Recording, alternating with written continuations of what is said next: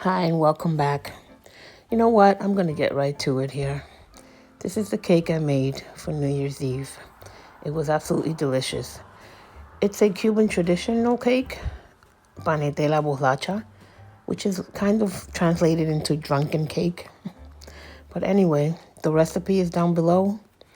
All the ingredients is down below in the description area. The first thing I made was the simple syrup. You're going to put 2 cups of sugar, 2 cups of water, cinnamon stick. When it becomes almost to a boil, you're going to add some gold Bacardi rum. And you're going to let that boil at medium heat for about 10 minutes or so. Then you're going to turn it down.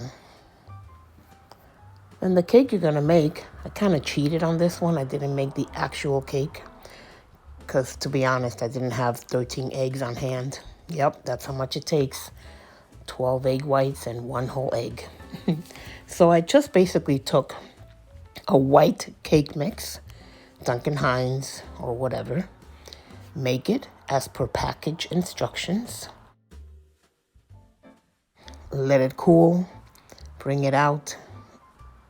Cut it so that syrup can be absorbed by it. I made my own whipped cream, again, as I normally do nowadays. Once that syrup is in there for a few minutes, cover it with your whipped cream. This was really, really good. Put some powdered sugar over the cream, since I did not put much powdered sugar in the whipped cream itself. So I was able to add some over it.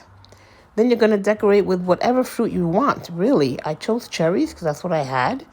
But you can put strawberries, you can put pineapple slices, mango, anything you'd like. And let me tell you, this was delicious. The cake is nice and moist with that nice syrupy taste. Super, super yummy cake. First time I make it and it came out really, really good. Let me know if you make it. Leave a comment or questions if you have any. Thank you and see you again in the next video.